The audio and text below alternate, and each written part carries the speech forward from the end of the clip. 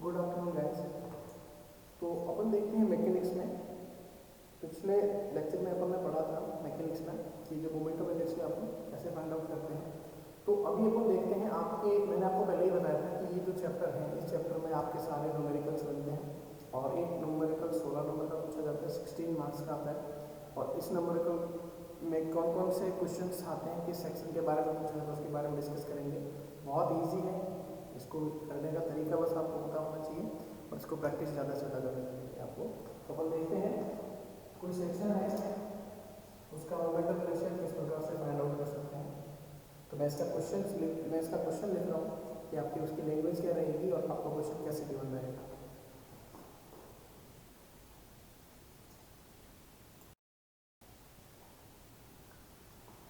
तो क्वेश्चन जो गिवन रहेगा वो किस प्रकार रहेगा कि find the moment of inertia of वर्टी section about X axis and Y axis. X axis के अबाउट और वाई एक्सिस के अबाउट आपको इसका moment of inertia find out करना है। ठीक है, moment of inertia find out passing through C, जो इसके सेंटर ऑफ ग्रेविटी से पास हो रहे हैं, जो दोनों कौन से एक्सिस कहाँ से पास हो रहे हैं, उसके सेंटर ऑफ ग्रेविटी से। तो ऐसा आपको डायग्राम मिलेगा। फर्स्ट ऑफ ऑल आपको क्या करना पड़ेगा, इस डायग्राम को देखना है और ये पता करना है कि इसमें ये सिमेट्री है या नहीं है। सिमेट्री का मतलब कैसे, इस पर अपन एक सिमेट्री एक्सिस ड्रॉ करेंगे। अगर वो एक्सिस इस बॉडी को या इस सेक्शन को इक्वल टू पार्ट्स में डिवाइड कर रहा है तो वह अपन कह सकते हैं कि उसका सिमेट्री एक्सिस कहलाएगा। ठीक है, तो अपन देखते हैं सिमेट्री एक्सिस है या नहीं। अगर मैं इसको एक्स एक्सिस ड्रॉ करूँ, इस प्रकार से अगर मैं ड्रॉ करता हूँ तो ये इक्वल पार्ट्स में होते हैं, नहीं होते, क्योंकि इसका ये पोर्शन एक्स्ट्रा है, इधर इसका पोर्शन नहीं है। ठीक है, तो एक्स एक्सिस इसका सिमेट्री ऑफ एक्सिस नहीं है। वाई एक्सिस की बात करूँ, अगर मैं वाई एक्सिस ऐसे ड्रॉ करूँ तो ये दोनों इक्वल पार्ट्स में डिवाइड हो रहे हैं, तो हम कह सकते हैं कि जो इसका वाई एक्सिस होगा वो इसका सिमेट्री एक्सिस होगा। तो सिमेट्री एक्सिस का मतलब क्या हुआ, जो इस बॉडी को टू इक्वल पार्ट में डिवाइड किया, टू इक्वल पार्ट में डिवाइड किया।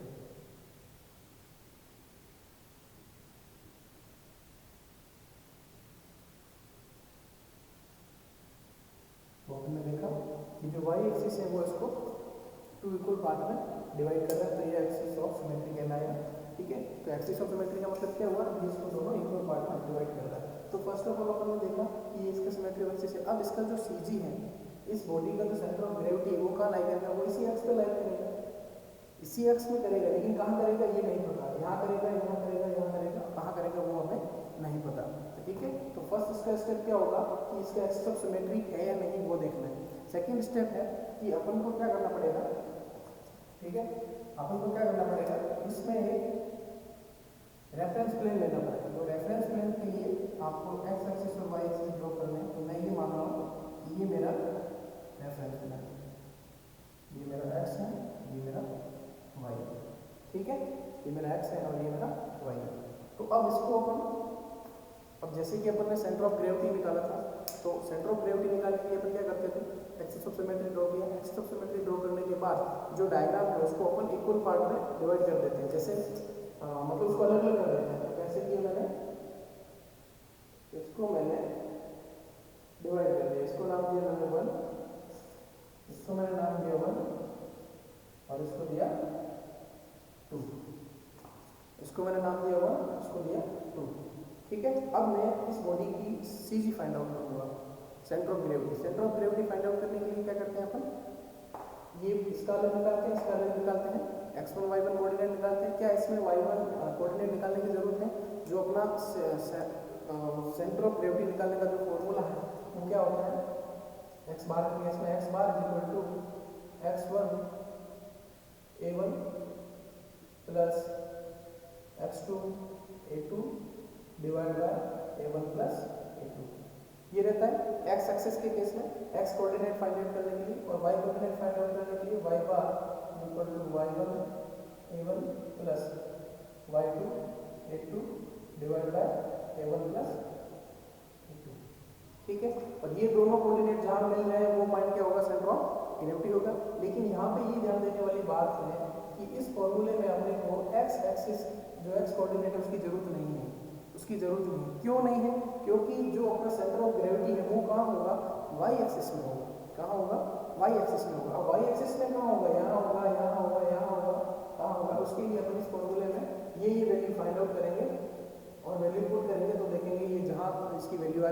से अपन पता कर लेंगे। ठीक है, तो ये डिस्टेंस 50 है, ये 150 है, ये टोटल 150 और ये 50 है। ये डायमेंशंस आपको गिवन रहेगी क्वेश्चन में, सिर्फ आपको इतना दिया जाएगा ये एक्सिस वगैरह आपको ड्रॉ करना, सिर्फ एक बॉडी दी जाएगी, उसकी डायमेंशंस दी जाएगी बस, और आपको कहा जाएगा moment of inertia find out कीजिए। मोमेंट ऑफ इनर्शिया आपको अगर ऐसा नहीं लिखना है एक्स एक्सिस और वाई एक्सिस, तो भी आपको कि बाय डिफॉल्ट अपन को दोनों ही फाइंड आउट करना है।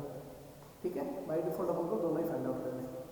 तो अपन देखते हैं, तो ये जरूरत नहीं है इसमें, क्योंकि ये जो वाई एक्सिस है उस पर ही लाइक करेगा इसका सेंटर ऑफ ग्रेविटी, तो ये वैल्यू फाइंड आउट करेंगे। तो कैसे करते हैं अपन देखते हैं। ठीक है, इसको मैं हटा रहा हूँ। ठीक है, तो अपन देखते हैं फॉर मैग्नेटिक स्टेप देखते हैं। स्टेप फर्स्ट में क्या होगा, draw reference plane, draw reference plane. और रेफरेंस प्लेन से पहले अपन ने लिया एक्सिस ऑफ सिमेट्री देखा। ये जरूरी नहीं है कि हर डायग्राम में जो वाई एक्सिस है वो सिमेट्री रहेगा। आप सी सेक्शन देख लीजिए, आप सी सेक्शन देखो, ये कोई सी सेक्शन है अपना, ये सी सेक्शन है, तो इस सी सेक्शन का जो एक्सिस ऑफ सिमेट्री क्या होगा, वाई एक्सिस पे होगा क्या, नहीं होगा, कहाँ होगा, एक्स एक्सिस से होगा। एक्स एक्सिस ड्रॉ करते ही तो ये दोनों इक्वल पार्ट में डिवाइड हो रहा है, दोनों इक्वल पार्ट में डिवाइड हो रहा है, तो कहने का मतलब इसकी जो सीधी होगी वो कहाँ लाई करेगी, इस एक्स एक्सिस के किसी एक पॉइंट पर सीधी लाइन करेगी। तो उस केस में अपन वाई कोऑर्डिनेट है वो कैलकुलेट नहीं करके एक्स कोऑर्डिनेट कैलकुलेट करेंगे। सिमिलरली यहाँ अपन एक्स कोऑर्डिनेट नहीं करके वाई कोऑर्डिनेट करेंगे। तो इसके लिए अपन ने क्या है, जो फर्स्ट होगा वो अपना रेफरेंस प्लेन। रेफरेंस प्लेन क्या मतलब ये हुआ कि उसको अपन ओरिजिन मानते हुए इसकी कोऑर्डिनेट फाइंड आउट करेंगे, उसको अपन ओरिजिन मानते हुए कोऑर्डिनेट फाइंड आउट करेंगे। तो मैंने ये माना कि ये मेरा वाई एक्सिस है, ये एक्स एक्सिस है, ये मेरा ओरिजिन है। ठीक है, ये मेरा ओरिजिन है। अब देखिए, ठीक है, और उससे पहले सिमेट्री चेक करना है, और कुछ डायग्राम ऐसे होंगे जिसमें सिमेट्री नहीं मिलेगा, तो उस केस में कैसे करेंगे वो भी अपन देखेंगे। तो फर्स्ट ऑफ ऑल क्या करते हैं, आपको रेफरेंस प्लेन ड्रॉ करना है। Second find CG. ठीक है, फाइंड सीजी। अब सीजी फाइंड आउट करने के लिए क्या करेंगे, सबसे पहले लेते हैं फॉर रेक्टेंगल 1, फॉर रेक्टेंगल 1 ये वाला है। सबसे पहले क्या चाहिए, एरिया चाहिए इसका। अब इसका एरिया क्या होगा, 50 इंटू 150, ये 50 इंटू 150,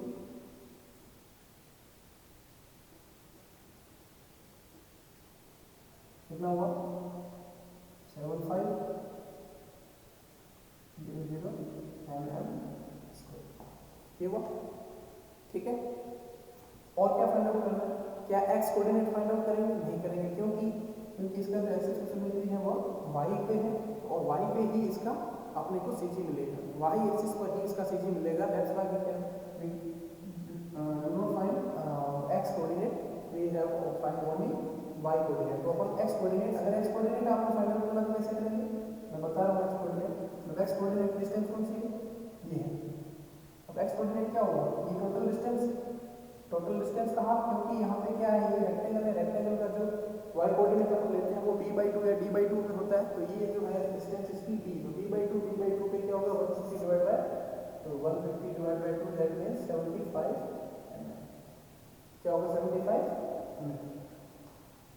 ठीक है, तो ये अपने को कैलकुलेट करने की जरूरत नहीं है, किस केस में, इस केस में ये कैलकुलेट करने की जरूरत नहीं है। अपन क्या करेंगे, सीधा वाई फाइंड आउट करेंगे।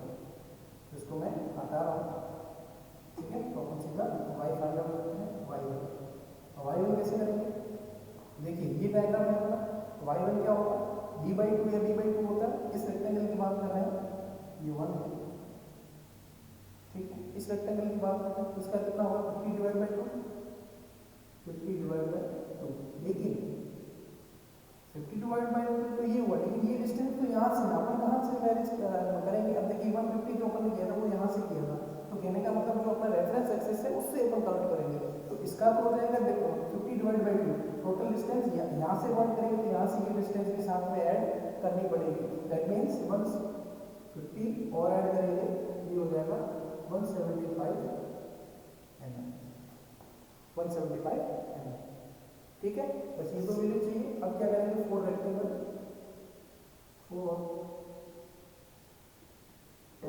2 दूसरे रेक्टेंगल के सेम ऐसा ही प्रोसीजर, सेम रेक्टेंगल दे दिया, ये इंटू ये, तो क्या हो जाएगा, इंटू डिवाइड में क्या होगा, 150 into 50 is equal to 75 mm², ये हो जाएगा।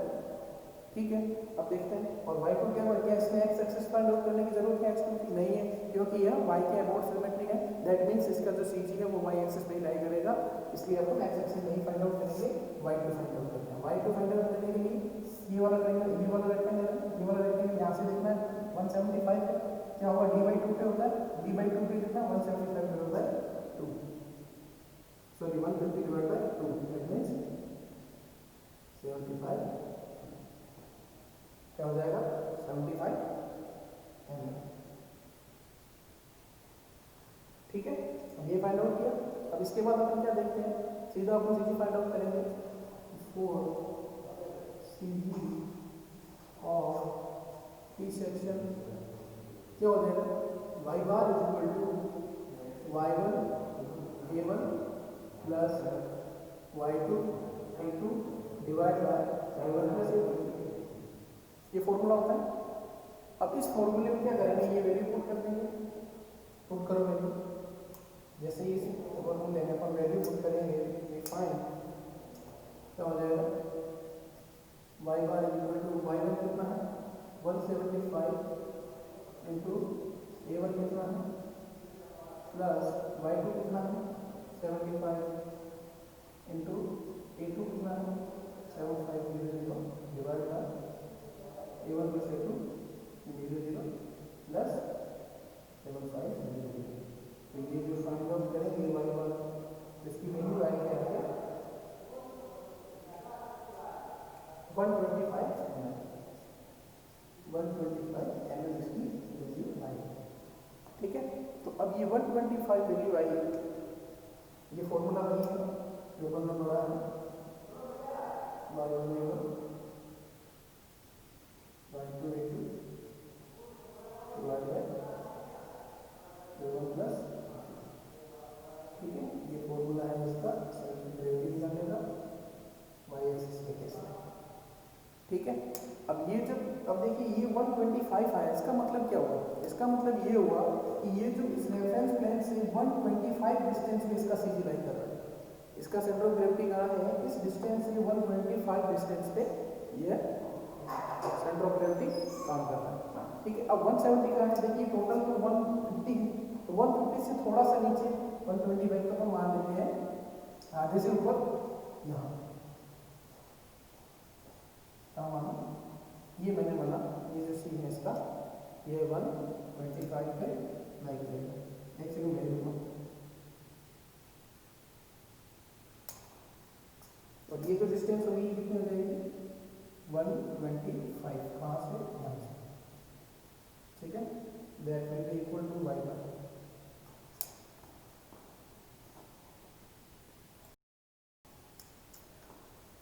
तो अपन ने क्या देखा कि इसका जो y बार आ रहा है, ठीक है ना, वो बॉटम से कहाँ पे है 125 डिस्टेंस पे है, फ्रॉम बॉटम,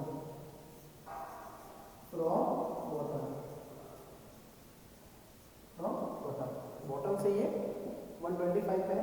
अब ये जो सीजी निकला है, इसके अबाउट अपने को इस बॉडी का moment of inertia find out करना है। तो ये अपना हो जाएगा एक्स एक्सिस, और ये वाला जो है ये हो जाएगा वाई एक्सिस। क्या हो जाएगा, वाई एक्सिस। तो इस एक्स एक्सिस और वाई एक्सिस के अबाउट अपन को इसका moment of inertia find out करना है।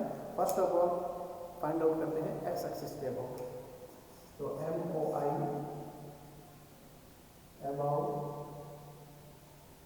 एक्स एक्सिस, जिसको हम क्या बोलते हैं, I X X is equal to, अब देखिए मोमेंट ऑफ इनर्शिया को आई बोलते हैं, आई एक्स एक्स। तो आई एक्स एक्स टोटल का है, तो कैसे इसका और इसका दोनों का फाइंड आउट करेंगे, तो इसको कैसे लिखेंगे, आई एक्स एक्स 1 प्लस आई एक्स एक्स 2, दोनों का अलग अलग निकाल ऐड कर लेंगे तो आई एक्स एक्स 1 लिख जाएगा। देखिए बात करते हैं आई एक्स एक्स 1 से। आई एक्स 1, आई एक्स 1, ठीक है। आई एक्स 1 कैसे फाइंड आउट करेंगे? आई एक्स 1 है तो मैं ये मानता हूँ कि इसका जो इस बॉडी का सी जी रेक्टेंगल 1 का जो सी जी है वो कहाँ होगा? इसके मिड में होगा। इसका मिड कहाँ है? वाई एक्सिस में। तो यहाँ भी ये इसके मिड में होगा, तो इसके मिड में कहाँ पे होगा? यहाँ पे होगा।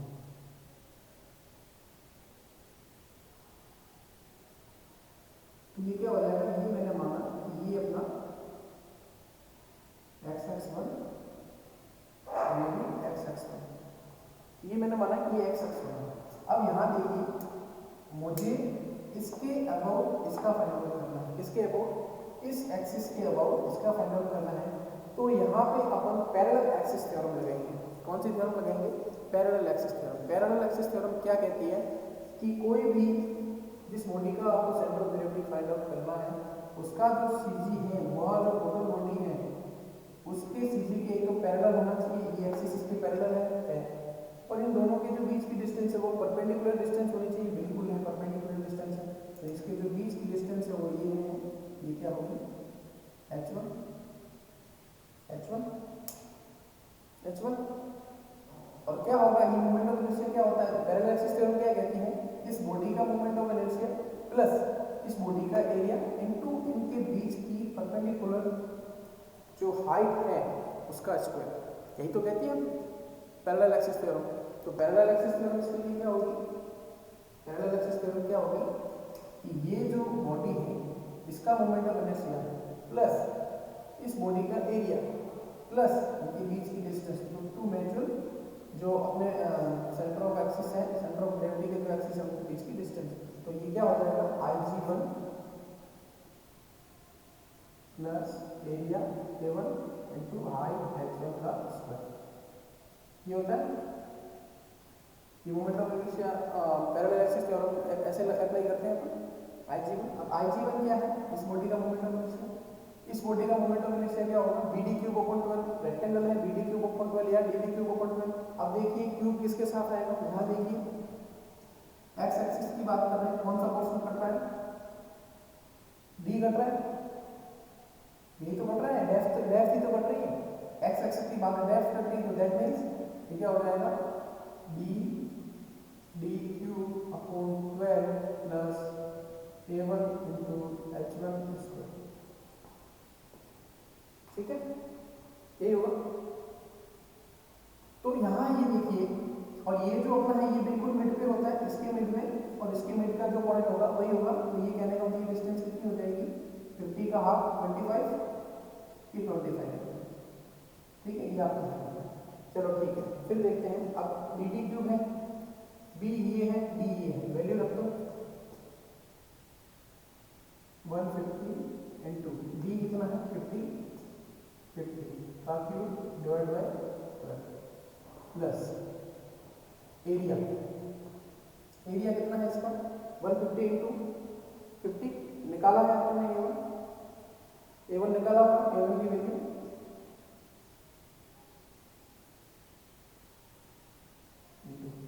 अब देखो H1 का स्क्वायर। H1 क्या होती है? ये दोनों के बीच की डिस्टेंस। अब यहां से देखिए आप, यहां से आप देखिए, और एक्चुअली ये क्या है? ये इसके लिए, इस बॉडी के लिए ये y1 है, ये पॉइंट y1 है, और इस y1 ये पॉइंट y1 है, ये x है, ये y है, y। तो अपन क्या कर रहे हैं कि इससे इस पॉइंट की जो डिस्टेंस है वो कितनी है? 150। टोटल तो 150 है, 25 ये हो गया 175। और 175 किसकी वैल्यू है? अपने पास y1 की वैल्यू है। तो अगर अपन देखें इस वैल्यू में से ये वैल्यू घटा दें, इस टोटल डिस्टेंस में से यहाँ से यहाँ तक जो डिस्टेंस है उस डिस्टेंस में ये डिस्टेंस घटा दे तो अपने को ये डिस्टेंस मिल जाएगी। बिल्कुल मिल जाएगी। तो क्या हो जाएगा? 175 माइनस टोटल 175, ये 150 प्लस 25 175।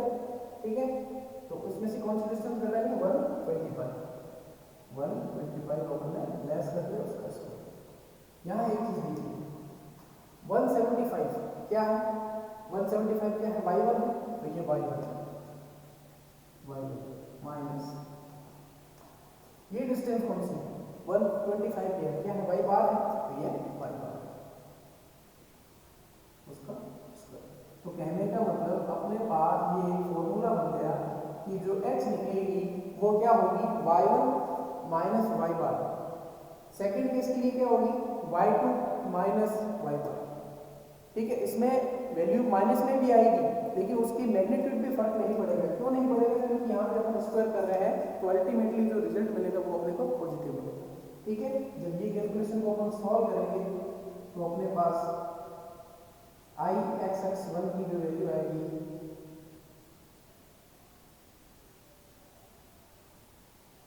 आई एक्स एक्स वन की जो वैल्यू आएगी वो कुछ इस प्रकार आएगी 20.31। तो ये हो जाएगी 20.31 into 10⁶ mm²। ठीक है, सिमिलरली क्या फाइंड आउट करेंगे, x x2 i x x2 i x x2 क्या हो जाएगा, ig1 का उसकी जगह हो जाएगा ig2 plus a2 into x2 का स्क्वायर। ये हो जाएगा। अब इस वाले डायग्राम के साथ करते हैं सेक्शन की। यहां देखिए ये एक्सिस है अपना, ठीक है, ये सेक्शन है। इस सेक्शन में अगर मैं ये सेक्शन में अगर मैं एक्स एक्सिस ड्रॉ करूं, पर्टिकुलर जैसे अपन ने इसकी बात करी तो अपन ने इसके लिए एक्स एक्सिस ड्रॉ किया तो ये यहाँ आया।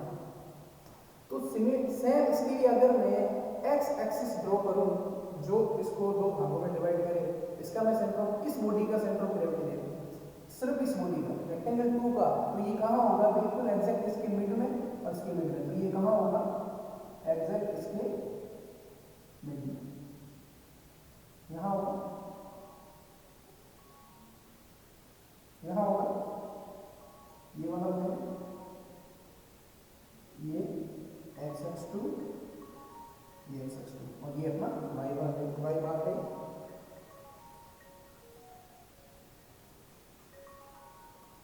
ठीक है, तो ये अपना एक्स एक्स टू हो गया। ठीक है, तो यहाँ पे अपन क्या देखते हैं, क्या अपन यहाँ पैरेलल एक्सिस थ्योरम लगा सकते हैं, बिल्कुल लगा सकते हैं, क्योंकि ये जो अपना सेंटर ऑफ ग्रेविटी एक्सिस है, जो सेंट्रोइड है, सेंट्रोइडल एक्सिस है, वो इसके पैरेलल बिल्कुल है। इनके बीच की डिस्टेंस है वो वर्टिकल डिस्टेंस है जो परपेंडिकुलर है, इसको माना h2 माना। ठीक है, ये h2 डिस्टेंस है। ठीक है, तो अपन ने क्या देखा, ये जो इसका इस बॉडी का रेक्टेंगल 2 का जो सेंटर ऑफ ग्रेविटी होगा वो यहाँ पे लाई करेगा, जो इसके b/2 के जो और मतलब कोऑर्डिनेट में जहां मिल रहे हैं वो इसका सेंटर ऑफ ग्रेविटी है। तो अपन को पता है कि रेक्टेंगल शेप है तो उसका सेंटर ऑफ ग्रेविटी इसका इसके मिड में होगा। तो यहाँ पे अपन ने इसको लाई किया, तो इसको मैंने दिया C2 और ये था C1। ठीक है, तो अब इसके लिए अपन पैरेलल एक्सिस थ्योरम लगा सकते हैं, बिल्कुल लगा सकते हैं, क्योंकि ये तो ये एक्सिस इसके पैरेलल है। ठीक है, इसके बीच की डिस्टेंस भी है, कौन सी है, परपेंडिकुलर डिस्टेंस है। तो ये वाला अपन फॉर्मूला लगा सकते हैं पैरेलल एक्सिस थ्योरम। ठीक है, यहाँ पे आप लिख दो अप्लाइंग पैरेलल एक्सिस थ्योरम, यहाँ भी अप्लाइंग पैरेलल एक्सिस थ्योरम। ठीक है, यहाँ पे अपन ने पैरेलल एक्सिस थ्योरम लगा दी। तो पैरेलल एक्सिस थ्योरम है तो अपन क्या करेंगे, वही IG फाइंड आउट करेंगे, IG2 प्लस एरिया इसका अपने पास है और S2 फाइंड आउट करेंगे। तो क्या करेंगे अपन इसके लिए IG2 कैसे फाइंड आउट करेंगे, IG2 ये सेक्शन है, IG2 इसका moment of inertia find out करना है। इसका मोमेंट रेक्टेंगल का मोमेंट ऑफ इनर्शिया क्या होता है, dB³/12 या BD³/12, dB³/12 या BD³/12। अब क्यूब किसका होगा, जो सेक्शन कट रहा है उसका क्यूब होगा। अब यहाँ पे देखिए इसकी बात कर रहे हैं, क्या कट रहा है, हमें D कट रहा है, तो क्या होगा BD³/12। फॉर्मूला क्या बनेगा, BD³/12 plus A2 into H2 का स्क्वायर। ठीक है, B की वैल्यू क्या है, B ये रहा 50, ये B है 50 इंटू B क्या है, यहाँ से यहाँ तक की डिस्टेंस क्या है 150, ये 150 का cube divide by 12 plus A2 क्या है इनटू देखो H2 क्या होगा, H2 क्या है इन दोनों के बीच की डिस्टेंस, इन दोनों के बीच की डिस्टेंस। अगर ये टोटल डिस्टेंस में इस डिस्टेंस में अगर मैं ये घटा दूं, इस पूरी डिस्टेंस में अगर मैं ये घटा दूं तो क्या हो जाएगा, ये वैल्यू मिल जाएगी मुझे। तो ये वाली वैल्यू कौन सी है, ये वाली वैल्यू कौन सी है, y2 है, ये y2 है, ये वाली y2 बराबर 75 mm, ये वाली y2। तो 125 माइनस 75, 125 माइनस 75 का अगर स्क्वायर करूं तो मेरे पास वैल्यू आ जाएगी। ठीक है 175, ये 7500 है, एरिया है 7500, ये मेरे पास एरिया है, A2 है। अब इसको मैंने इससे मल्टीप्लाई किया तो मैंने देखा, और यहाँ पे ये देखो ये फॉर्मूला क्या बना, और यहाँ पे ये y1 माइनस y2 का होल स्क्वायर है, यहाँ पे y1 माइनस y2 का होल स्क्वायर है, तो 2 के लिए क्या हो जाएगा y2 माइनस y बार का होल स्क्वायर। अगर मैं इसको अरेंज कर दूं, इसको यहाँ देखिए, अगर मैं इसको अरेंज कर दूं,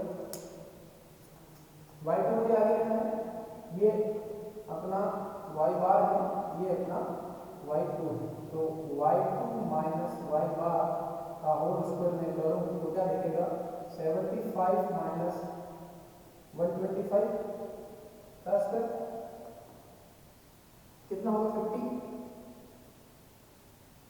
50 का स्क्वायर माइनस है, वैल्यू क्या है प्लस है।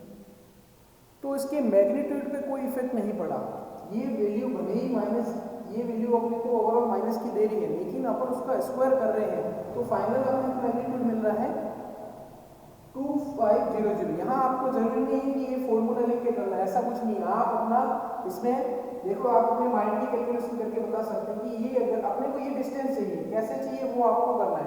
ठीक है, मैं कह रहा हूँ ये टोटल 125 है, अगर मैं इसमें 75 लेस कर दूँ तो मुझे ये वैल्यू मिलेगी। ठीक है, तो अपन इसका सीधा फॉर्मूला देखें तो ये होगा y बार माइनस y1 माइनस y बार,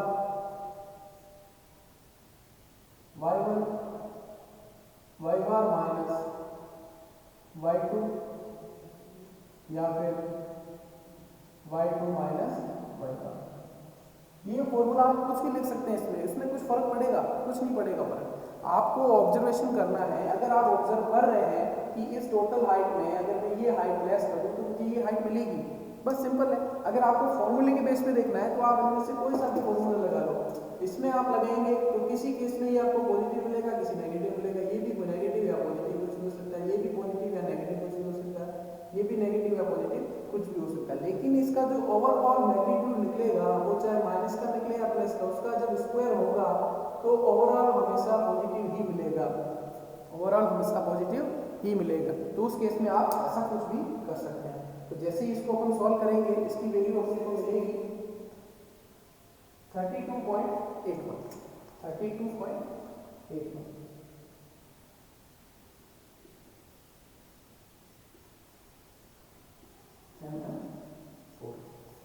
mm4।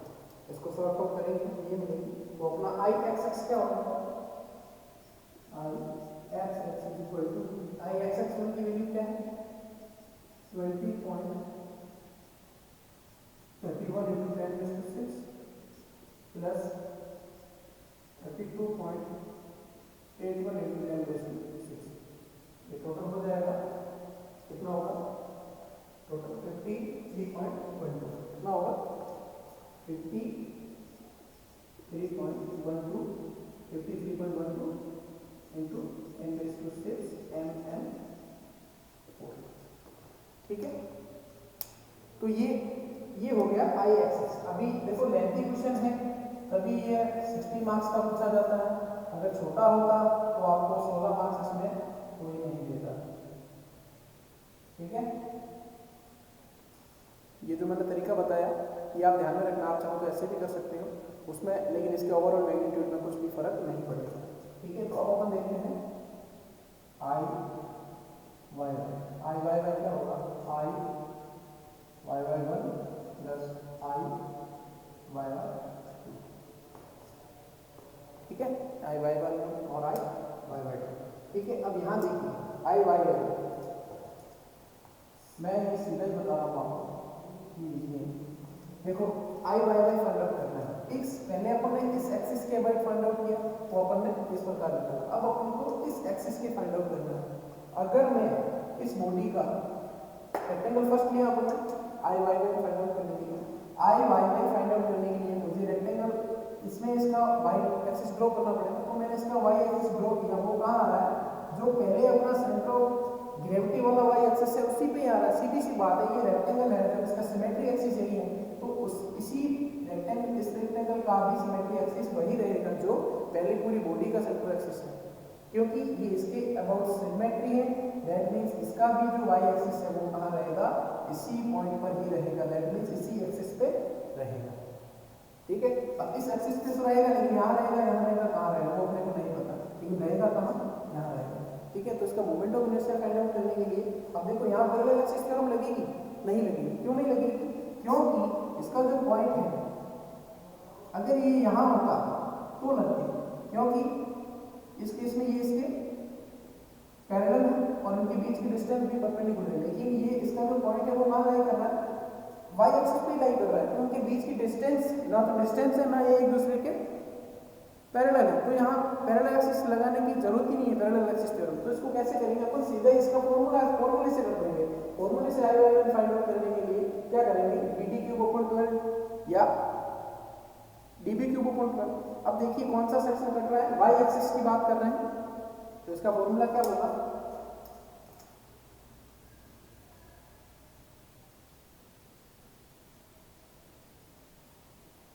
DB cube upon 12 plus इसका भी डीबी क्यूब अपॉन 12। ठीक है, ये फॉर्मूला रहेगा। तो इस केस की बात कर रहे हैं, फर्स्ट केस की बात कर रहे हैं, इसमें देखो कौन सा कट रहा है, बी कट रहा है, तो अपन ने बी का क्यूब किया, सेक्शन बी कट रहा है ना, वाई एक्सिस की बात कर रहे हैं, ये वाला सेक्शन कट रहा है, इसकी विड्थ कट रही है, तो विड्थ अपनी डी है और ये वाला डी है, तो क्या हो जाएगा 50 इंटू 150 का क्यूब डिवाइड बाई 12 प्लस इस सेक्शन की बात कर रहे हैं 2 के लिए आई को 2 की बात कर रहे हैं, इसमें क्या कट रहा है, इसमें बी कट रहा है और डी है, तो कितना हो जाएगा 150 इंटू बी कितना है 50 क्यूब डिवाइड बाय ये हो जाएगा। ठीक है, और जो इन दोनों को अपन जोड़ेंगे तब इसकी अपने को कुछ वैल्यू मिलेगी, ये मिलेगी 15.62, ये मिलेगी आई वाई वाई मिलेगा 15.62 इंटू 10⁶ mm²। ठीक है, mm²। तो ओवरऑल अपन ने क्या किया, आई एक्स एक्स बराबर कितना मिला और आई वाई वाई क्या होगा,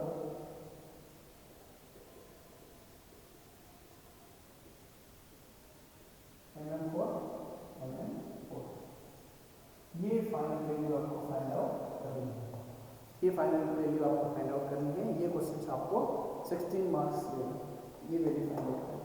ठीक है, तो इसमें सिमेट्री केस भी आता है, अनसिमेट्रिक केस भी आता है, ये अपन ने फर्स्ट केस देखा सिमेट्री का, अब अपन देखेंगे अनसिमेट्रिक केस। अब यहाँ पे अगर आई सेक्शन होता, ठीक है, ये आप पहले देख लीजिए, ये इस प्रकार है। ठीक है, ये पूरा स्टेप बाय स्टेप करना है। फर्स्ट स्टेप में आपने को क्या करना है, आपने को क्या होगा, ओनली डायमेंशंस गिवन रहेंगी, we have given only dimensions. ठीक है, आपको डायमेंशंस रहेंगी ठीक है, तो उस केस में आपको क्या करना पड़ेगा, फर्स्ट ऑफ ऑल क्या करना पड़ेगा, रेफरेंस प्लेन ड्रॉ करना पड़ेगा, एक ड्रॉ रेफरेंस प्लेन। ठीक है, रेफरेंस प्लेन ड्रॉ करने का मतलब ये है कि उसको आपने ओरिजिन मान के इसकी कैलकुलेशन करी है और फाइंड सीजी, इस बॉडी की CG of the section, section की सीजी। ठीक है, तो उससे पहले अपन क्या करेंगे, इसका सिमेट्री एक्सिस फाइंड आउट करेंगे। इसकी सिमेट्री एक्सिस इसका कैसे फाइंड आउट करते हैं, तो इस प्रकार इसका सिमेट्री एक्सिस फाइंड आउट करते हैं। ठीक है, तो सिमेट्री एक्सिस का मतलब क्या हुआ कि वो ऐसा एक्सिस जो इसको इक्वल पार्ट में डिवाइड करे, वहीं पे ही इसका सेंटर ऑफ ग्रेविटी लाई करेगा। तो अपन को भाई देखने से, डायग्राम देखने से पता चलता है कि वाई एक्सिस है जो इसका सिमेट्री एक्सिस है। ये आपको लैंग्वेज लिखनी है कि first of all we find symmetry axis, तो about Y axis this body is symmetry. ठीक है, that's why the CG centre of gravity of this body lies on Y axis because it is symmetry. ठीक है, तो यहाँ पे हो गया, ये यहाँ पे लाई किया, फिर इसका अपन ने सीजी कैलकुलेट किया। सीजी कैलकुलेट करने के लिए रेक्टेंगल 1 और 2 में ये जो अपन को पैरामीटर्स चाहिए थे इस फॉर्मूले में रखे। इसमें अपन एक्स एक्सिस क्यों कैलकुलेट नहीं किया, क्योंकि यह वाई एक्सिस की सिमेट्री है, वाई एक्सिस के अबाउट सिमेट्री है, तो ये अपने को वाई एक्सिस पे ही इसका सीजी मिलेगा, एक्स कोऑर्डिनेट फाइंड आउट करने की जरूरत नहीं है। अभी अपन नेक्स्ट क्वेश्चन करेंगे जिसमें अपन देखेंगे कि वाई एक्सिस और एक्स एक्सिस दोनों कोऑर्डिनेट फाइंड आउट करेंगे और दोनों के लिए कहाँ कहाँ जो अपने पैरेलल एक्सिस थ्योरम लगेगी या नहीं लगेगी। ठीक है, तो ये फाइंड आउट करने के बाद इसको अपन ने लोकेट कर दिया, फिर moment of inertia about X axis find out किया, एक्स एक्सिस फाइंड आउट करने के लिए दोनों को अपन ने डिवाइड कर दिया एक्स एक्सिस 1 और एक्स एक्सिस 2 पे।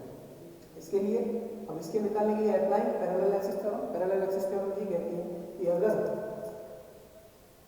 ये सेंट्रोइड एक्सिस इसके सेंट्रोइड एक्सिस से पैरेलल है और इन दोनों के बीच की परपेंडिकुलर डिस्टेंस है, परपेंडिकुलर पैरेलल है तो परपेंडिकुलर ही होगी, सीधी सी बात है, तो अपन यहाँ पे पैरेलल एक्सिस थ्योरम अप्लाई कर सकते हैं। तो इसके लिए पैरेलल एक्सिस थ्योरम क्या होगी, IG1 plus A1 plus H1 का स्क्वायर। IG1 क्या होगा कि ये जो बॉडी है सिर्फ 1 रेक्टेंगल 1 का मोमेंट ऑफ इनर्शिया प्लस इसका एरिया प्लस इन दोनों के सेंट्रोइडल डिस्टेंस, बीच की सेंट्रोइडल एक्सिस के बीच की डिस्टेंस। ठीक है, similarly I2 find I XS2 find out किया, दोनों को सम किया तो I XS1 मिला। I Y1 फाइंड आउट करने के लिए अपन ने पैरेलल एक्सिस थ्योरम नहीं लगाई। क्यों नहीं लगाई, क्योंकि इसका जो Y एक्सिस है वह इसकी सिमेट्री एक्सिस पे ही लाई कर रहा है, तो यह तो ना तो उसके पैरेलल है ना इनके बीच की जो परपेंडिकुलर डिस्टेंस वो 0 है, क्योंकि वो एक दूसरे पे ही आ रहे हैं। तो उसकी अब जैसे ये इसका है बॉडी का है, अब मैं कह रहा हूँ कि ये रेक्टेंगल फर्स्ट का, तो ये इस पे कॉन्साइड कर रहा है, ये इस पे कॉन्साइड कर रहा है, तो इसका मतलब क्या हुआ, इसमें पैरेलल एक्सिस थ्योरम नहीं लगा सकते। उसकी दो कंडीशन है वो फुलफिल नहीं हो रही। उसकी दो कंडीशन क्या है, एक तो ये एक दूसरे के पैरेलल होना चाहिए, दूसरा इनके बीच की जो डिस्टेंस है वो परपेंडिकुलर डिस्टेंस होनी चाहिए।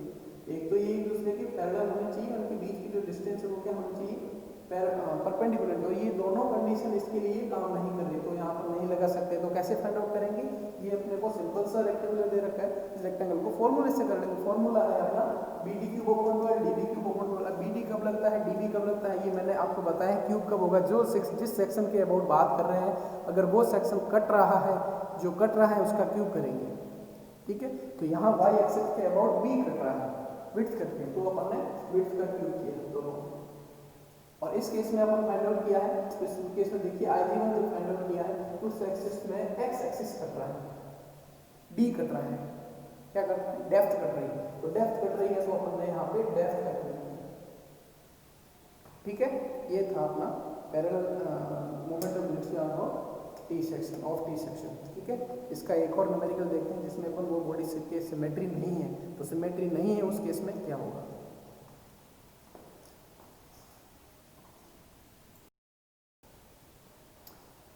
तो नेक्स्ट क्वेश्चन देखते हैं एल सेक्शन का। क्वेश्चन कैसे रहेगा, find the moment of inertia about the centroidal x and Y axis of the angle section L section. इसको एंगल सेक्शन भी बोल सकते हैं या एल सेक्शन भी बोल सकते हैं। ठीक है, इसका moment of inertia find out करना है अबाउट किसके, इस बॉडी का जो सेंट्रोइडल होगा, इसका सीजी होगा उसके। ठीक है, सीजी निकालने के लिए अपन फर्स्ट ऑफ ऑल क्या देखते हैं कि इस डायग्राम को देखते हैं, और इस डायग्राम को देखते हुए अपन ये पता करते हैं कि ये डायग्राम सिमेट्री किस एक्सिस के हैं, सिमेट्री है या नहीं है। अगर है तो किस एक्सिस के, एक्स एक्सिस की बात करते हैं। एक्स एक्सिस में मैं इसके यहाँ पे एक्स एक्सिस ड्रॉ करूँ, क्या ये दोनों इक्वल पार्ट में डिवाइड हो रहा है, नहीं हो रहा है। वाई एक्सिस पे चलते हैं, वाई एक्सिस ड्रॉ करें, इधर करें, कहाँ करें, क्या ये दोनों इक्वल पार्ट में हो रहा है? नहीं हो रहा है।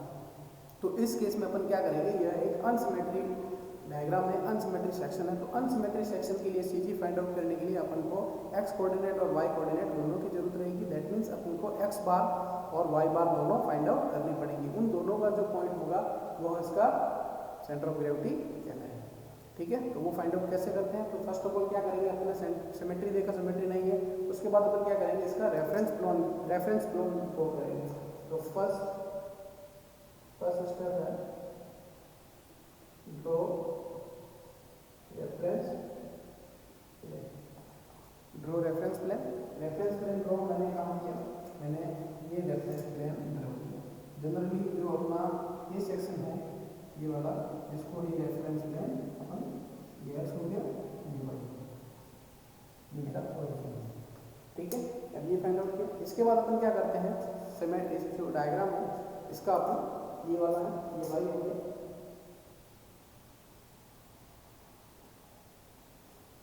फाइंड सीजी, यहाँ मैं लिख देता हूँ ड्रॉ रेफरेंस प्लेन। ये चीज़ आपको नहीं लिखनी, आपको लिखना है स्टेप में, first we will draw reference plane and second one find CG. ये मैं आपके स्टेप के लिए लिख रहा हूँ, ये आपको क्वेश्चंस में आंसर में आपको ऐसा नहीं लिखना है, सीजी ऑफ एल सेक्शन। ठीक है, क्वेश्चंस में आपको जो मैं बोल रहा हूँ वो सारी लैंग्वेज लिखनी है कि हमने पहले इसको सिमेट्री देखा, ये सिमेट्री नहीं है किसी के अबाउट, या अनसिमेट्री, याद लिख देना ये अनसिमेट्री सेक्शन है। तो इसका सीजी फाइंड आउट करने के लिए अपन एक्स बार और वाई बार दोनों कैलकुलेट करेंगे। तो उसको मैं क्या कर देता हूँ, इसको डिवाइड कर देता हूँ, इसको मैंने अलग अलग कर दिया, तो ये मेरा क्या है सेक्शन 1, ये मेरा सेक्शन 2, सेक्शन 1 और 2। बात करते हैं 4 रेक्टेंगल 1, 4 रेक्टेंगल 1, रेक्टेंगल 1 की बात करते हैं। रेक्टेंगल 1 का एरिया A1 क्या होगा, ये डिस्टेंस अपॉन ये डिस्टेंस, ये टोटल कितनी है, 100 है, 100 में से ये 20 गया तो ये कितना बचा, 80, कितना बचा, 80, कितना बचा, 80। तो क्या हो जाएगा, 20 into 80 is equal to mm square.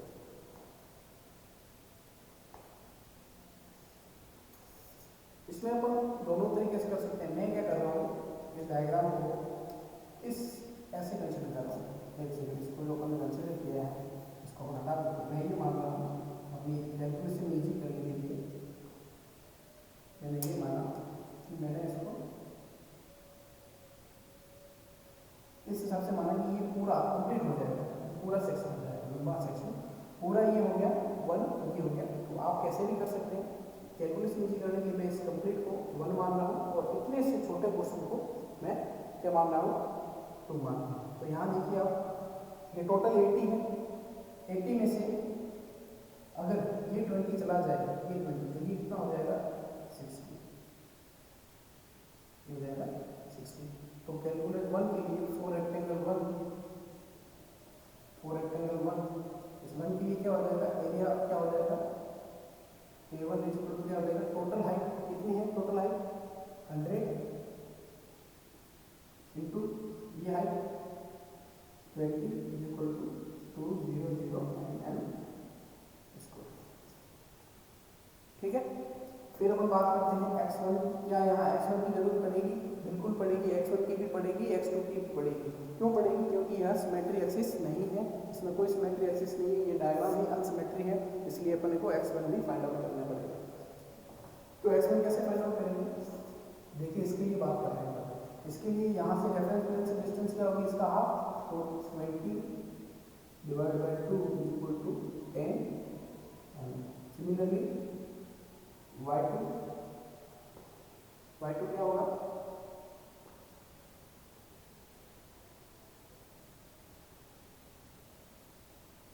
Similarly y2 क्या होगा, यहाँ से ये डिस्टेंस इसका हाफ, यहाँ से ये डिस्टेंस इसका हाफ, ये डिस्टेंस का हाफ क्या हो जाएगा, 100 divide by 2 equal to 50 mm। ठीक है, ये हो गया। अब करते हैं 4 रेक्टेंगल 2, 4 रेक्टेंगल इसके लिए बात करते हैं। इसका एरिया क्या हो जाएगा, A2 क्या हो जाएगा 20 × 60 इज इक्वल टू कितना हो जाएगा 70 mm स्क्वायर। और ये x1 क्या हो जाएगा इसके लिए, x1 क्या हो जाएगा इसके लिए, x1 डिस्टेंस कौन सी है, ये डिस्टेंस है, तो क्या हो जाएगा 60 डिवाइड बाई 2। x1 ये है, लेकिन ये 60 डिवाइड बाई 2 यहाँ पे, लेकिन हमने वो कहाँ से मेजर करना है, इस रेफरेंस पॉइंट से मेजर करना है। तो ये 20 डिस्टेंस भी ऐड होगी साथ, कितना हो जाएगा 30 + 20 ये डिस्टेंस है। इसका x2 क्या होगा, इस डायरेक्शन का हाफ, इसका हाफ 60 डिवाइड बाई 2। लेकिन ये डिस्टेंस यहाँ से नहीं, अपने को वहाँ से रेफरेंस डिस्टेंस से मेजर करना है। ये 20 डिस्टेंस ये वाली वो भी मेजर होगी, तो कितना हो जाएगा 50। और यहाँ पे y2 क्या हो जाएगा, y2 ये डिस्टेंस है, ये डिस्टेंस यहाँ से यहाँ मेजर करनी है, कितनी है, इस रेफरेंस एक्सिस से कितनी है 20, तो 20 डिवाइड बाई 2 इक्वल 10। ठीक है, अब क्या करेंगे, अब सीधा फॉर्मूला लगाएंगे। कौन सा फॉर्मूला, सीधा वही x बार और y बार फाइंड आउट कर लेंगे। तो x बार का जो फॉर्मूला है वो क्या है, x बार बराबर x1 a1 + x2 a2 divide by a1 + a2। और y बार का फॉर्मूला क्या है, y1 a1 + y2 a2 divide by a1 + a2। ठीक है, ये फॉर्मूला इसका, इसमें आप वैल्यू भी वाली रखिए, आंसर आएगा। मैं डायरेक्ट आंसर लेता हूँ इसका, x बार आएगा 25, ये आएगा 25 mm, और ये आएगा 35 mm। ठीक है, ये वैल्यू इसमें रख लीजिए। x बार है, a1 है प्लस x2 है, x2 है प्लस x2 है और a2 है डिवाइड बाई a1 + a2, ये आएगा 25 mm।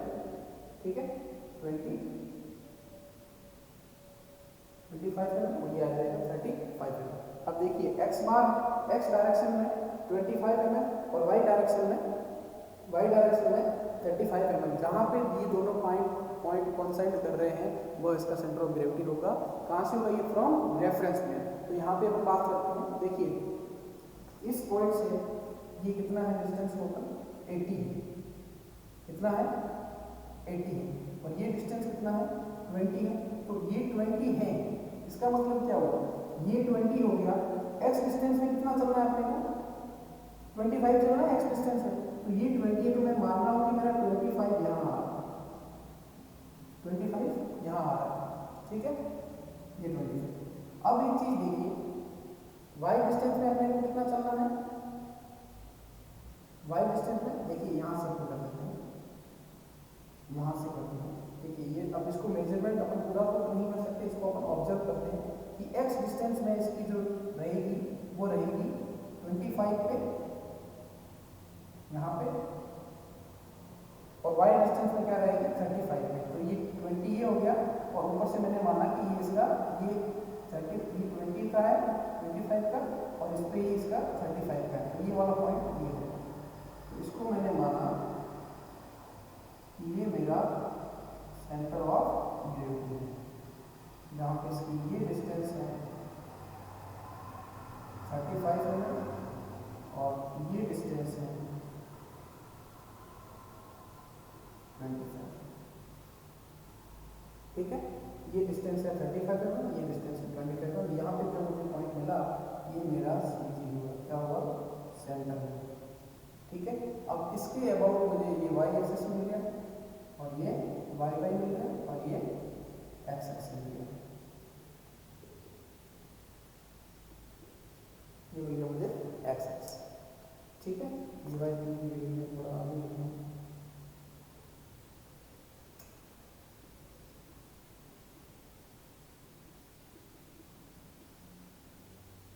ठीक है। बस अपने को सीजी ही फाइंड आउट करना था, अपने सीजी फाइंड आउट कर लिया। अब अपने को इसका सेंट्रोइडल भी मिल गया, इसका सेंट्रोइडल भी अपने को मिल गया, पॉइंट सी यहाँ मिल गया अपने को, ठीक है। तो ये अपना एक्स एक्स हुआ और ये अपना वाई वाई हुआ। ये सेंट्रोइडल, ये एक्स एक्सिस और ये वाई वाई एक्सिस दोनों मिल गए। अब एक्स एक्सिस के अबाउट और वाई एक्सिस के अबाउट अपने को इस बॉडी का moment of inertia find out करना है। तो moment of inertia about x axis, about x axis क्या हो जाएगा, capital I x x is equal to क्या होगा, I x x1 plus I x x2,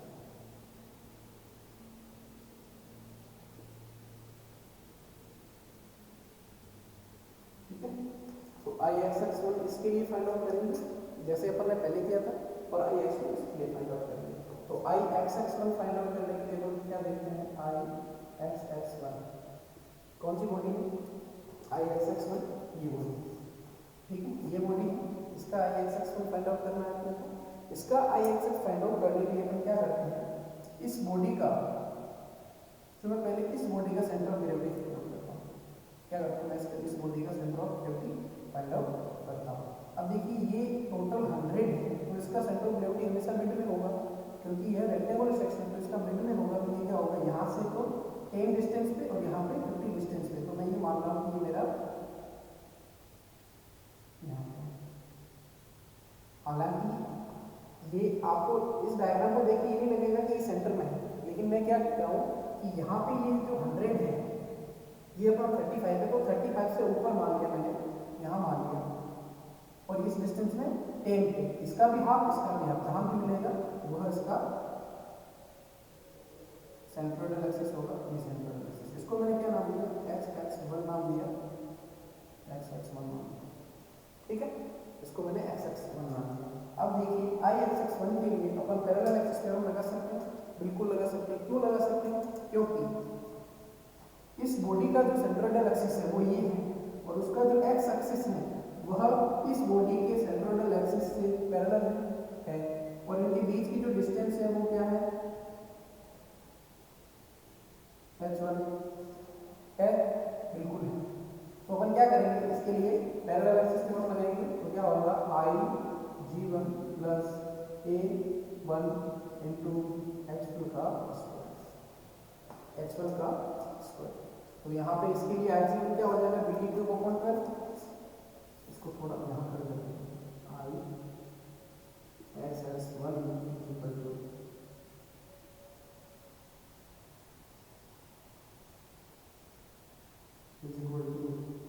I g1 plus a1 dot h1 square, ठीक है।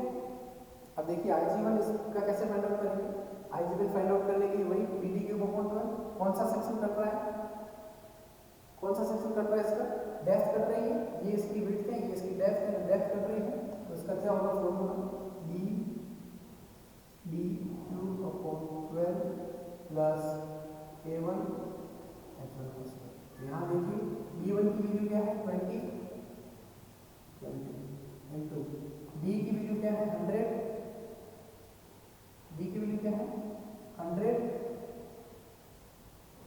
तो D की value 100 है, तो 100 का क्यूब, ये 100 का क्यूब होगा, डिवाइड बाय 12 प्लस इस बॉडी का A1, इसका A1 अपन ने फाइंड आउट किया है, कितना है 2000 इंटू, अब यहाँ पे h1 की वैल्यू देखते हैं। h1 की वैल्यू क्या होगी, इन दोनों सेंट्रोइडल के बीच की डिस्टेंस।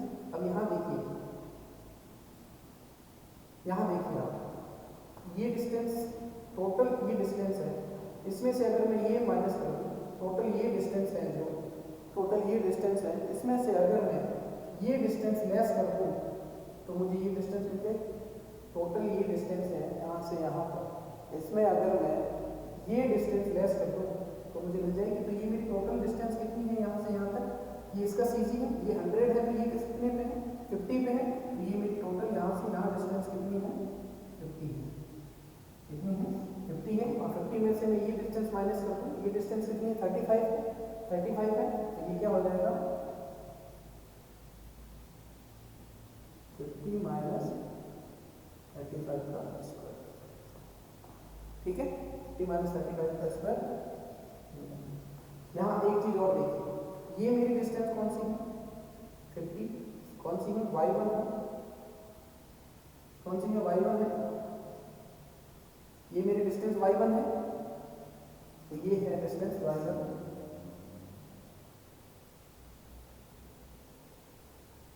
y1 माइनस 35 क्या है, ये 35 y बार है, तो ये y बार का स्क्वायर। तो कहने का मतलब y1 माइनस y बार का होल स्क्वायर या y बार माइनस y1 का होल स्क्वायर, ये हमेशा x1 डिनोट करेगा। ये वैल्यू किसकी देगा, इसकी देगा। जैसे ही आप क्वेश्चंस करेंगे आपको, और पहली बात तो मैं ये फॉर्मूला इसलिए नहीं बता रहा हूँ कि अगर आप फॉर्मूला भूल जाएं कि यहाँ y1 था या y2 था, उस केस में आपको ऑब्जर्व करना आना चाहिए। इसीलिए मैं फॉर्मूला नहीं बता रहा हूँ, मैं ऑब्जर्व करना सिखा रहा हूँ कि आपको ये वाली डिस्टेंस लेनी है तो किस टाइप से मेजर करनी है। तो अपन ने क्या देखा, तो यहाँ पे ये हो गया, ये वैल्यू फाइंड आउट करें। तो इसका जो अपने रिजल्ट निकाला, ये कैलकुलेशन है। जब आपने इसकी कैलकुलेशन करी तो अपने पास इसकी कैलकुलेशन आई 2.12 into 10⁶ mm²। तो यहाँ पे आपको दोनों ही चीजें बता रहा हूँ कि इस h1 का जो फॉर्मूला होगा वो भी क्या होगा, y1 माइनस y बार का होल स्क्वायर, ये भी हो सकता है। या ऑब्जर्व आप करो तो ये टोटल डिस्टेंस 50 है, उसमें से अगर मैं 35 माइनस ये डिस्टेंस माइनस ये करूँ, अल्टीमेटली अपन चीज वही कर रहे हैं। लेकिन अगर आपको ध्यान में नहीं है तो आप ऐसे नहीं कर सकते हैं। ठीक है, तो ये वैल्यू आ जाएगी अपने पास 2.8। अब i x2 निकालते हैं। i x2 क्या होगा, i(g2 + k2 डॉट h2 का होल स्क्वायर, डॉट h2 का होल स्क्वायर। ये वाला डायग्राम है। इस वाले डायग्राम के लिए अगर मैं इसका CG देखूं, ये 60 पे है, ये 20 पे है। 60 का मिड 30, इसका मिड 10, तो 30 और 10 पे जो पॉइंट होगा वह मेरा ये है अपना 30, इसका मिड मैंने मान लिया और इसका मिड मान लिया मैंने। ठीक है, तो अब इसका जो मैं अगर इसके ऊपर ये जो पॉइंट है, ये इस पर्टिकुलर बॉडी का, इस पर्टिकुलर बॉडी का ये मैंने सेंटर ऑफ ग्रेविटी लिया और इसको मैंने, इस पर मैंने एक्स एक्सिस ड्रॉ किया, इस पर मैंने एक्स एक्सिस ड्रॉ किया। तो ये क्या हो जाएगा, x(x2) हो गया, ये भी x(x2). ठीक है, सारी कैलकुलेशन इसमें है। तो धीरे धीरे स्टेप बाय स्टेप बढ़ रहे हैं अपन। ठीक है, अगर आपको समझ में नहीं आता है कुछ भी तो आप कमेंट डाल दीजिएगा और मैं अपना मोबाइल नंबर भी डाल दूंगा, इस बोर्ड पे लिख दूंगा। कोई भी दिक्कत हो आप मुझे कॉल कर देना कि सर यहाँ पे ये स्टेप समझ में नहीं आया। ठीक है, तो अपन ने क्या देखा, इसके लिए बात कर रहे हैं अपन, इसके लिए बात कर रहे हैं यहाँ पे। तो यहाँ पे पैरेलल एक्सिस थ्योरम लगेगी, बिल्कुल लगेगी, क्योंकि ये जो एक्सिस है अपने को इसका फाइंड आउट करना है। ये एक्सिस, ये जो इसका सेंट्रोइडल एक्सिस है, इसके पैरेलल है। इन दोनों के बीच की जो डिस्टेंस है वो भी परपेंडिकुलर है। तो क्या होगा, Ig2 + V2 + H12 का होल स्क्वायर इसका फॉर्मूला होगा, जो पैरेलल एक्सिस थ्योरम कहती है। पैरेलल एक्सिस थ्योरम का मैथमेटिकली रिप्रेजेंटेशन ऐसे होगा, तो Ig2 + V2 + H2 का स्क्वायर करेंगे। Ig2 क्या होगा, इस बॉडी के लिए, इस बॉडी के लिए क्या होगा, BD3/12। तो Ig2 क्या हो जाएगा, BD3/12 + A2 H2 का स्क्वायर। तो यहाँ पे B देखिए, B क्या है, अब x एक्सिस है, कौन सा सेक्शन कट रहा है, ये कट रहा है, ये सेक्शन कट रहा है, ये वाला। तो ये सेक्शन कट रहा है, इसका मतलब क्या हुआ, डेप्थ कट रही है और विड्थ कितनी है इसकी, 60 है। टोटल ये 80 है, कि टोटल यहाँ से 80 है, इसमें से ये 20 गया तो पीछे कितना बचा, 60 बचा। तो ये क्या हो जाएगा,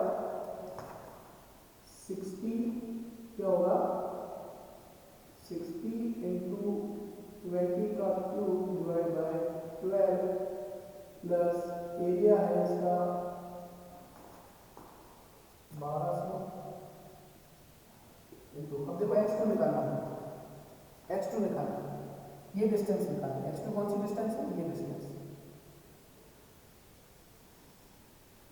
ये डिस्टेंस फाइंड आउट करनी है x2।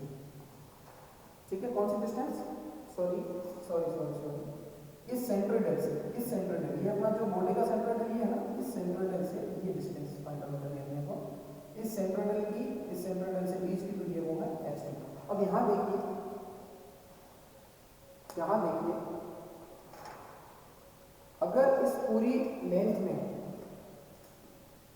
ये पूरी लेंथ है मेरे पास 35, इस 35 लेंथ में अगर मैं ये लेंथ सब्ट्रैक्ट कर दूं, इस पूरी लेंथ में, ये लेंथ है अपनी 35 में अगर मैं ये लेंथ लेस कर दूं, ये वाली, तो मुझे ये वैल्यू मिल जाएगी, बिल्कुल मिल जाएगी। तो मैं क्या करूंगा, अब ये वाली जो वैल्यू है वो मेरे पास कितनी है? 20 के हाफ में है, 20 का हाफ है यहाँ पे 10 है, 10 में अपना क्या है? y2।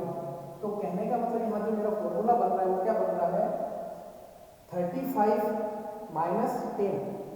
ठीक है, तो फॉर्मूला क्या बन रहा है? अपन जिस फॉर्मूला क्या लेके चलते थे y1 माइनस y बार का, तो सिमिलरली वैसे ही चलेंगे y2 माइनस y बार का होल स्क्वायर। ठीक है, वैल्यू नेगेटिव आएगी, नेगेटिव का स्क्वायर करेंगे तो नेगेटिव पॉजिटिव मिलेगा। तो अपन क्या देखते हैं, अपने पास यहाँ पे वैल्यू क्या हो जाएगी? यहाँ पे वैल्यू हो जाएगी 35 माइनस 10 का स्क्वायर, 35 माइनस 10 का, 35 माइनस 10 का whole square.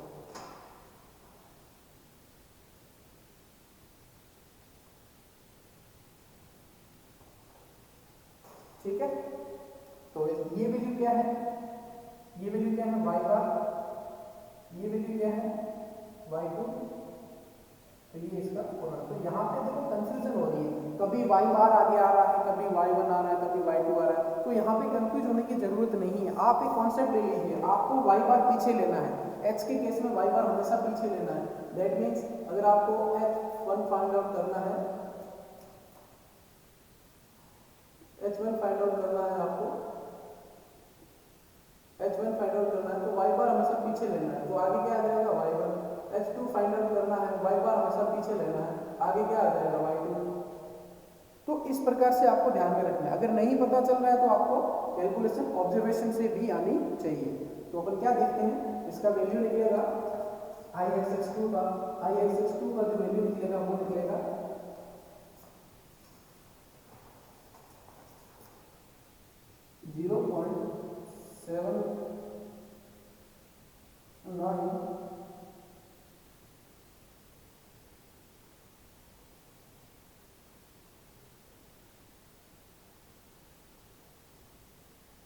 0.79 into 10 raised to 6 mm4। तो ये I2 और इन दोनों को जोड़ देंगे तो क्या होगा? Ixx1 आ जाएगा अपने पास, Ixx1 plus Ixx2 is equal to हो जाएगा Ixx। इन दोनों को जब ऐड करेंगे तो अपने पास कुछ वैल्यू आएगी। ठीक है, मैं लिख देता हूँ वैल्यू।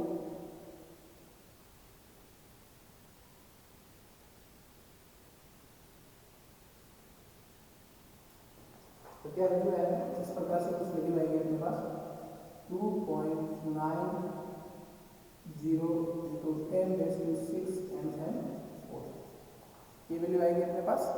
इसको आप दोनों को ऐड करेंगे, इसको भी ऐड कर दो और इसको भी ऐड कर दो, तो अपने पास Ixx की वैल्यू आ जाएगी। अब देखिए यहाँ पे अपन नेक्स्ट क्या करते हैं, ये तो अपना Ixx निकला। देखो क्वेश्चन लंबा है तभी 16 नंबर में है, ये मैंने आपको पहले ही बताया। ठीक है, अब यहाँ पे अपने को फाइंड आउट करना है क्या? I, यहाँ पे अपने को फाइंड आउट करना है, क्या फाइंड आउट करना है? I/1। तो I/1 क्या होगा? I/1 plus I/2। सेम तरीका रहेगा करने का, I/1 की बात, I/1 फर्स्ट इसके लिए बात कर रहे हैं, इसके लिए बात कर रहे हैं 1 के लिए। तो यहाँ पे 1 के लिए अपन जब बात कर रहे हैं तो अपन क्या देखते हैं, अपन ये देखते हैं कि मैं इस बॉडी का पर्टिकुलर 1 एरिया का अगर मैं y एक्सिस ड्रॉ करूँ, अगर मैं y एक्सिस ड्रॉ करूँ तो y कहाँ होगा?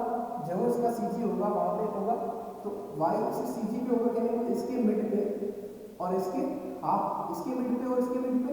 तो जहां मेरा पॉइंट मिल रहा था एक्स एक्सिस वहां पे ही मेरा y एक्सिस लाई करेगा, तो वहां पे ही मेरा y एक्सिस लाई करेगा। दैट मींस जो मेरा y एक्सिस होगा वो यहाँ कहाँ होगा, इस एक्सिस पे लाई करेगा।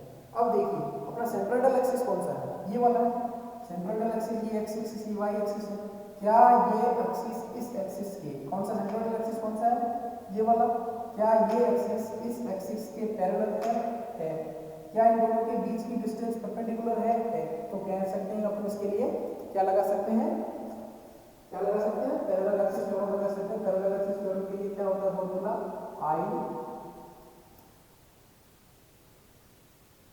G1 प्लस A1 H1 का होल स्क्वायर, ठीक है, H1 का होल स्क्वायर, ठीक है।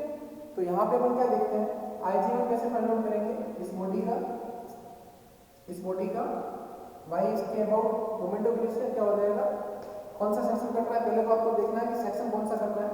यहाँ सेक्शन कट रहा है b, तो फॉर्मूला क्या बन जाएगा, db/q, जो कट रहा है उसका क्यूब। तो कट कौन सा रहा है, b कट रहा है, b कट रहा है तो उसका क्यूब कर दिया। आगे पीछे कौन सा बचा है, d बचा है, 12/12 प्लस a1 h1 का स्क्वायर, ठीक है। कौन सा सेक्शन कट रहा है, b सेक्शन कट रहा है, b सेक्शन कट रहा है तो b का क्यूब और d as it is divide by 12 plus a1 dot h1 का होल स्क्वायर।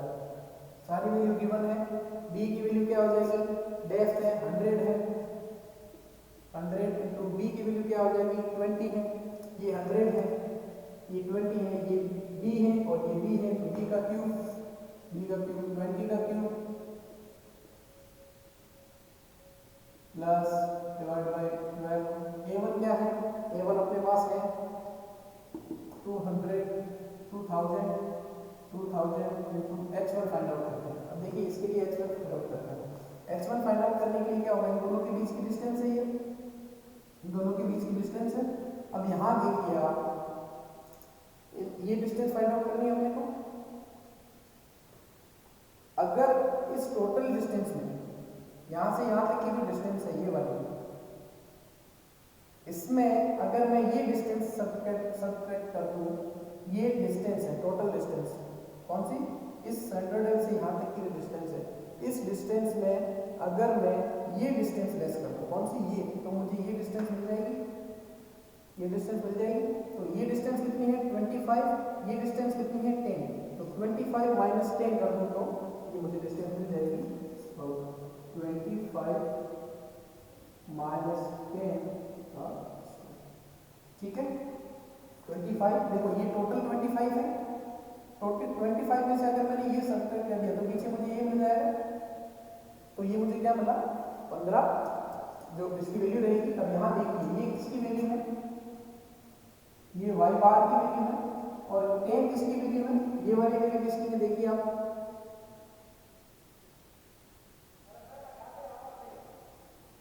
ठीक है, ये वैल्यू किसकी है, ये वैल्यू y2 की है, तो इसके लिए y2 आया उसका होल स्क्वायर। लेकिन आपको यहाँ देखना ये है कि यहाँ पे जो कभी y बार आ गया कभी y2 आ गया, तो यहाँ कंफ्यूजन क्रिएट कर रहा है। आपको बस ऑब्जर्व करना है कि इस टोटल डिस्टेंस में अगर मैं ये सब्ट्रैक्ट कर दूं तो मुझे ये डिस्टेंस मिल जाएगी। तो इसके लिए अपना जो लास्ट जो कैलकुलेशन है, अब जो मेरा फाइनल वैल्यू आएगी वो आएगी i बाय जो फाइनल वैल्यू होगी वो होगी आपके क्या होगी, वो होगी 0.516 इंटू 10⁶ mm, ठीक है, ये आ गई, ठीक है। अब अपन देखते हैं I22 की वैल्यू, I बाय 2 की वैल्यू, I बाय 2 की वैल्यू भी देखिए I बाय 2, इसके लिए भी अपन पैरेलल एक्सिस थ्योरम लगा सकते हैं, बिल्कुल लगा सकते हैं। क्या फॉर्मूला बनेगा, I G2 plus A2 dot H2 का स्क्वायर, ये फॉर्मूला बनता है। अब देखिए ये वाला सेक्शन, ये सेक्शन इसकी बात कर रहा हूँ मैं, इस पर्टिकुलर सेक्शन का जो CG है उस पर अगर मैं y एक्सिस ड्रॉ करूँ, इस पर्टिकुलर का CG कहाँ होगा, अब y जैसे इसका मिड का जो पॉइंट है वो CG है, तो ये अपन ने फाइंड आउट किया। अब इसके ऊपर अगर मैं एक्स एक्सिस ड्रॉ करूँ, वाई एक्सिस ड्रॉ करूँ, तो मैंने ये वाई एक्सिस ड्रॉ किया इस पे, ये मेरा वाई एक्सिस मैंने ड्रॉ किया इस पॉइंट पे, इस पॉइंट पे वाई एक्सिस ड्रॉ किया। क्या इस सेंट्रोइडल एक्सिस के ये एक्सिस पैरेलल है? बिल्कुल है, ये सेंट्रोइडल एक्सिस के पैरेलल है। इसके बाद इन दोनों के बीच की जो डिस्टेंस है वो परपेंडिकुलर है। तो कहने का मतलब जब दोनों कंडीशन फुलफिल हो रही है तो अपन पैरेलल एक्सिस थ्योरम लगा सकते हैं। पैरेलल एक्सिस थ्योरम का फॉर्मूला क्या होता है? IG2 + A2 डॉट H2 का होल स्क्वायर। ठीक है, इसमें वैल्यू पुट करेंगे। अब देखिए यहाँ ऑब्जर्व करने के लिए कोई आपको खास बात H2 फाइंड आउट करना है। IG2 क्या होगा इस सेक्शन के लिए? IG2 सेक्शन, जो सेक्शन अपन किसके अबाउट, वाई एक्सिस के अबाउट बात कर रहे हैं, वाई एक्सिस के अबाउट बात कर रहे हैं, दैट मींस जो इसका जो सेक्शन जो कट रहा है उसका क्यूब, जो सेक्शन कट रहा है उसका क्यूब। तो ये सेक्शन कट रहा है, कौन सा कट रहा है? ये सेक्शन कट रहा है, दैट मींस बी कट रहा है। क्या, कौन सा कट रहा है? विड्थ कट रही है, विड्थ, और अपनी डेप्थ है वो एज इट इज है। तो यहाँ पे फॉर्मूला क्या बनेगा? कट कौन सा रहा है? विड्थ कट रहा है, तो विड्थ करके पीछे बचा डेप्थ, तो डेप्थ को मल्टीप्लाई कर दिया, divide by 12 plus into dot H2 का होल स्क्वायर। ये फॉर्मूले में वैल्यू रखो, d की वैल्यू है 20, d की वैल्यू 20 इनटू d की वैल्यू है 60, टोटल वैल्यू 60, तो ये 60 का क्यूब डिवाइड बाय 12। A2 है अपने पास इस पूरी बॉडी का, A2 अपन ने कहा फाइंड आउट किया, यहाँ किया, तो क्या हो जाएगा? 1200 इनटू, अब H2 फाइंड आउट करते हैं इस केस के लिए। H2 फाइंड आउट करने के लिए क्या किया हमने? H2 क्या है? ये डिस्टेंस है, इस सेंट्रोइडल एक्सिस और इस सेंट्रोइडल एक्सिस के बीच की दूरी है। ये सेंट्रोइडल एक्सिस है ये, और ये सेंट्रोइडल एक्सिस है ये, इन दोनों के बीच की दूरी है। इन दोनों के बीच की दूरी कैसे फाइंड आउट करेंगे अपन? देखिए, अगर मैं इस टोटल डिस्टेंस में यहाँ से लेके यहाँ तक की जो डिस्टेंस है उसमें अगर मैं ये डिस्टेंस सब्सट्रैक्ट कर दूँ, ये डिस्टेंस है मेरी, इस डिस्टेंस में अगर मैं ये डिस्टेंस सब्सट्रैक्ट कर दूँ तो मेरे पास क्या हो जाएगा? ये टोटल डिस्टेंस है मेरे पास कितनी है? इसका मिड है ये 30 + 20, इसका मिड है मेरे पास 30, और इसका मिड, और ये वाली वैल्यू कितनी है? ये वाली वैल्यू कितनी है? 20। तो 30 + 20 बराबर 50, और 50 में से अगर मैं ये डिस्टेंस सब्ट्रैक्ट, ये डिस्टेंस कौन सी? देखिए ये डिस्टेंस है x बार, तो ये क्या हो जाएगी? 25। तो 50 माइनस 25 का होल स्क्वायर। देखिए वापस देखिए कैसे, ये डिस्टेंस है जो ये वाई एक्सिस की इस बॉडी का जो CG है वो यहाँ पे ये डिस्टेंस है। इस डिस्टेंस में अगर मैं ये डिस्टेंस सब्ट्रैक्ट कर दूं तो मुझे ये डिस्टेंस मिल जाएगी। इस डिस्टेंस में अगर मैं ये डिस्टेंस सब्ट्रैक्ट कर दूं ये वाली, तो मुझे ये डिस्टेंस मिल जाएगी। तो ये मेरी टोटल डिस्टेंस कितनी हुई? ये अल्टीमेटली ये क्या है? देखिए आप x2 है, तो ये x2 क्या हो जाएगा? 60 / 2 30 + 20, तो ये अपन ने निकाला है x2, इस केस में x2 निकाला है। तो इस केस में x2 निकाला है अपन ने, तो ये क्या हो जाएगा? तो ये क्या हो जाएगा? 50 माइनस 35 जो भी, और ये अपनी वैल्यू कितनी है? सॉरी हाँ, ये वैल्यू में से ये वैल्यू फाइंड आउट करेंगे, माइनस करेंगे, तो 50 माइनस 25। तो इसको अगर फर्दर कैलकुलेट करेंगे अपन तो इसकी वैल्यू अपने पास आएगी, बस कैलकुलेशन है, कैलकुलेशन जब इसकी करेंगे तो अपने पास वैल्यू आएगी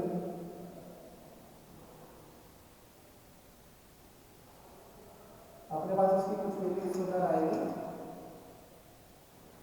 1.11 × 10⁻⁶ mm4। ठीक है, mm4। अब इन दोनों को ऐड कर लीजिए तो अपने पास IY की जो फाइनल वैल्यू होगी वो होगी 1.626 × 10⁻⁶ mm4। ठीक है, तो इसके लिए अपनी जो फाइनल वैल्यू होगी वो क्या होगी? 1.626 × 10⁻⁶ mm4। तो ये I x निकाला और I y निकाला, अनसिमेट्री बॉडी के लिए। तो इस प्रकार अपन सिमेट्री और अनसिमेट्री बॉडी का moment of inertia find out कर सकते हैं। तो ये क्या हो जाएगा, moment of inertia about X axis है, तो ये हो जाएगा MY about Y axis, MY about Y axis. तो ये एक्स एक्सिस के अबाउट इस प्रकार निकलेगा, वाई एक्सिस के अबाउट इस प्रकार निकलेगा। दोनों अगर सिमेट्री नहीं है तो दोनों पे पैरेलल एक्सिस थ्योरम अप्लाई करेंगे, पैरेलल एक्सिस थ्योरम अप्लाई करके ये फाइंड आउट करते हैं। ठीक है, इसमें अगर आई सेक्शन है तो भी आप कर सकते हैं। अगर आई सेक्शन आपको दे रखा है तो आई सेक्शन को, जैसे ये आपके पास आई सेक्शन है, तो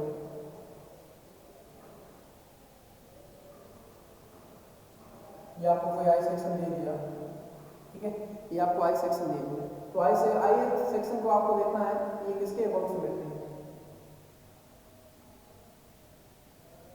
ठीक है, अगर आपको ऐसा डायग्राम दे दिया जाए कि ये दोनों इक्वल हैं, दोनों के अबाउट सिमेट्री है, दोनों के अबाउट सिमेट्री, तो इसका सेंटर पॉइंट हो जाएगा CG।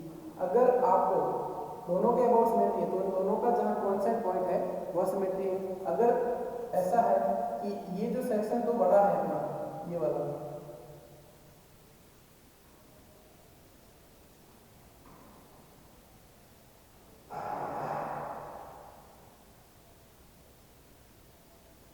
अगर इस प्रकार है आई सेक्शन, तो ये क्या हो जाएगा, इसके अबाउट देखेंगे नहीं हो रहा, लेकिन ये y के अबाउट सिमेट्री है। तो y के अबाउट सिमेट्री है तो यह y एक्सिस पे कहीं इसका सेंटर ऑफ ग्रेविटी लाई करेगा, तो x कोऑर्डिनेट फाइंड आउट नहीं करने पड़ेंगे। ठीक है, अगर कोई आपको क्वेरी हो तो आप मुझे इस नंबर पे कांटेक्ट कर सकते हैं।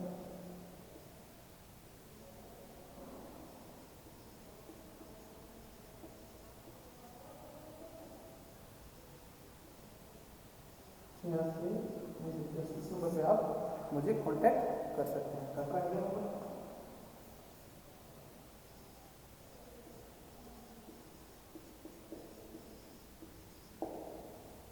ठीक है, तो इसके अबाउट कोई प्रॉब्लम हो तो आप मुझे कॉल करिएगा। ये 16 मार्क्स का क्वेश्चन आता है, बहुत इजी क्वेश्चन है ये। मैं आपको और भी इसमें न्यूमेरिकल प्रॉब्लम होगी तो आप प्रैक्टिस करना, कोई दिक्कत है तो कॉल करना। ठीक है, थैंक यू वेरी मच।